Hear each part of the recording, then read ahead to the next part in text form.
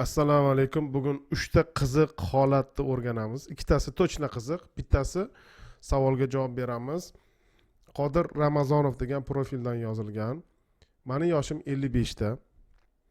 Xohish kamayib ketgan, qiziqish kamagan, menda ham testosteron pasayganmi, shu haqida so'ramoqchi edim debdilar. Juda ham oddiy savol, tez javob berib, ikkita bemorimiz bo'yicha holatga o'tamiz. Qarang. Testosteron kamayishini ikkita katta belgisi bor va juda ko'p kichik belgilari bor. Katta belgilariga jinsiy xohishni pasayishi, bir, jinsiy quvvatni pasayishi kiradi. Mana shu ikkita holatdan bittasi kuzatilganda testosteron pasayib ketganini gumon qilish mumkin va siz общий testosteron bilan luteinlovchi gormon topshirib ko'rishingiz mumkin. Bu ikkita analiz gormonlaringizni tabiiy yo'l bilan ko'taramizmi, stimulyatsiya qilamizmi yoki ukol qilib ko'tarish kerakmi, shuni zamestительный terapiya, gormon o'rinbosar terapiyaga o'tish kerakmi, shuni bildiradi. Aslida 55 yoshda ayniqsa qandli diabet, yurak ishemik kasalligiga o'xshagan yoki infarkt, insultga o'xshagan testosteron yetishmovchiligidan kelib chiqadigan kasalliklar bo'lsa, hech qanaqa stimulyatsiya yordam bermaydi. Bunaqa holatda o'rinbosar terapiya, zamestительный terapiyaga o'tish kerak degani. Qodir aka, siz luteinlovchi gormon bilan общий deb turgan, kechirasizlar. Luteinlovchi gormon bilan общий testosteron topshirib ko'ring. Ha, to'g'ri aytayotgan ekanman. Telegramimga jo'nating. Men hozir telegramimni beraman. Mana telegramim. Qaranglar. Yo Telegram nickname'imni yozing Telegramni o'ziga. Meni Telegramim chiqadi. Keyin savolingizni so'raysiz yoki telefonimni saqlanib qilib Telegramdan yozing. O'rtoqlar, bu telefon qo'ng'iroq uchun emas. Telegramdan so'rasanglar javob beraman. Telefon qilib ovora bo'lmanglar. Hamma ishinglar Telegramdan yozishma orqali bitadi. Qodir aka, xullas shu analizni topshirib bering. Shunga qarab testosteroningiz kam yoki ko'pligini aytaman. Ikkinchi holat. Demak, men bu yerga yozib qo'ydim. Xo'p, sink haqida 2 kun oldin video chiqardim va shu videoda aytdimki, sink testosteronni ko'taradi agar sink yetishmovchilik bo'lsa. Hattoki chollarda 200% gacha ko'tarishi mumkin. Sink yetishmovchiligi testosteronni 400% gacha tushib ketishiga olib keladi. Bu degani sink ichinglar degani emas, chunki sink tuxumda, go'shtda, juda ko'p mahsulot, loviya, chechevitsa hamma narsada bo'ladi va tabiiy oddiy ovqatlanib yurgan odamlarda sink yetishmovchiligi bo'lmaydi. Qaranglar, 29 yashar yigit testosteroni 5,5, sink ichgan, umuman ko'tarilmagan.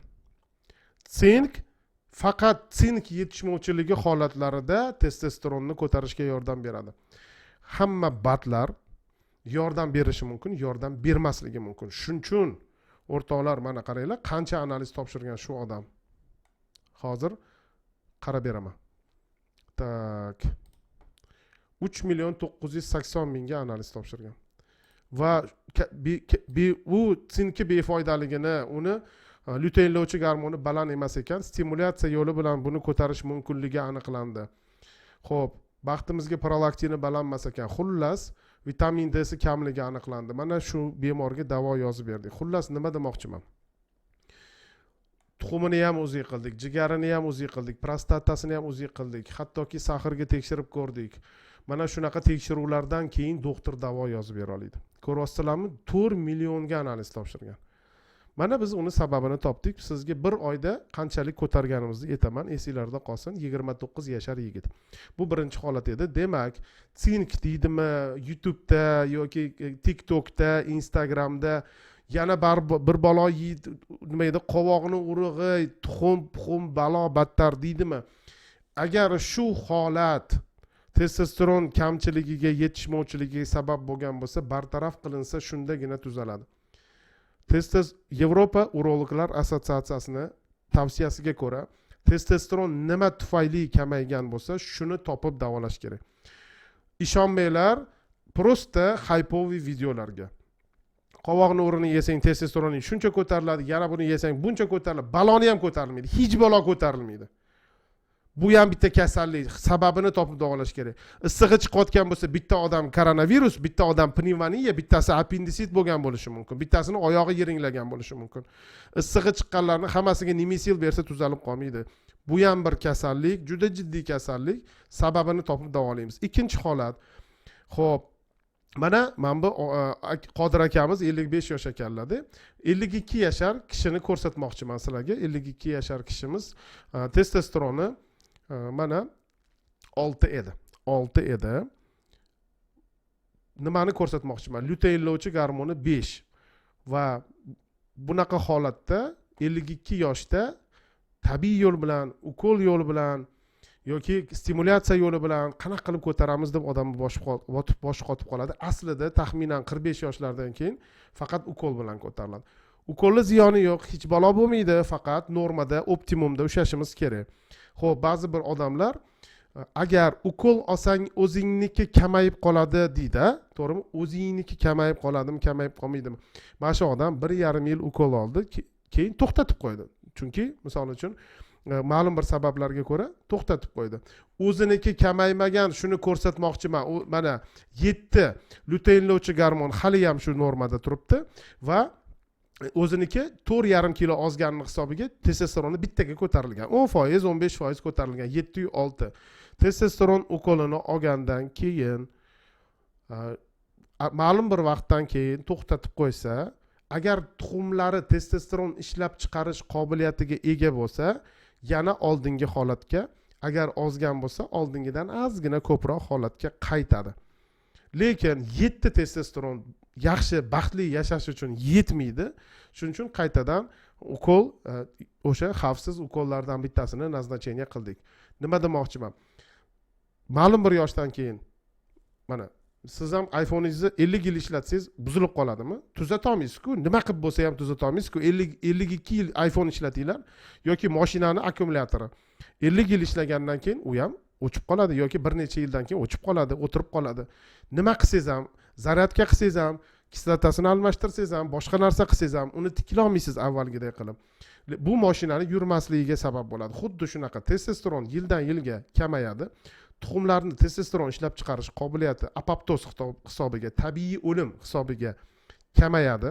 Testosteron ishlab chiqaradigan hujayralar o'ladi, tiklanmaydi, o'rniga chandiq, fibroz qoplanadi yoki yog' to'qima qoplanadi. Nima qilsangiz ham tabiiy ko'tara olmaysiz, stimulyatsiya qilib ko'tara olmaysiz, ukolga o'tadi. Bu keyinchalik shu erkakni bir necha yillar, uzoq yillar davomida sog'lom yashashi uchun kerak. Bizning vazifamiz hozir bu odamni testosteronini normada ushlab turish. Endi qaranglar, prostatasi testosteron ukol olsa, prostata ishib ketadi, balo bo'ladi, battar bo'ladi, yana bir narsa bo'ladi, rak bo'ladi. Xo'p, mana 1,5 yil olgan, ob'yomini qaranglar, 23. Xo'p, undan oldin testosteron ukol olishdan oldin ob'yomini ko'ramiz, necha bo'lganini. 24,9 bo'lgan. Ya'ni prostatasi yaxshi tarafga o'zgargan. Prostata qo'pol qilib, oddiy qilib tushuntirsam, testosteron yetishmasa qiynaladi va prostatit yuzaga keladi. Prostata ishib ketadi. Bu haqida ko'p gapiramiz. Men sizlarga kamida 100 ta tema tayyorlab qo'yganman. Kamida 100 ta. Va har kuni yangi temalar paydo bo'ladi. Bu haqida ko'p gaplashamiz. Testosteron zamestительный terapiya agar optimumdan oshirmasangiz, referensdan oshirmasangiz, aromatizatsiya, prolaktin, PSA yoki boshqa fermentlarni, koagulogramma, gematokritlarni to'g'ri nazorat qilsangiz xavfsiz hisoblanadi. Siz faqat erkakni kamayib ketgan testosteronini normagacha ko'tarasiz. Shuni hisobiga uni hayotini yaxshilaysiz. Xo'p, bemor bo'lsangiz shuni bilib oling. Agar yaxshi doktor topsangiz, sizni testosteroningizni ko'tarib bersa, maza qilib yashaysiz. Endi vrach bo'lsangiz, siz mana shu aytgan hamma narsamni nazorat qilib normada ushlashingiz kerak. Pik ham bo'lmasligi kerak. Depressiya ham, ya'ni testosteronni kamayib ketadigan, orada uzilib qoladigan holatlari bo'lmasligi kerak. E'tiboringiz uchun rahmat, sog' bo'linglar. Bugungi darsimiz shu haqida edi.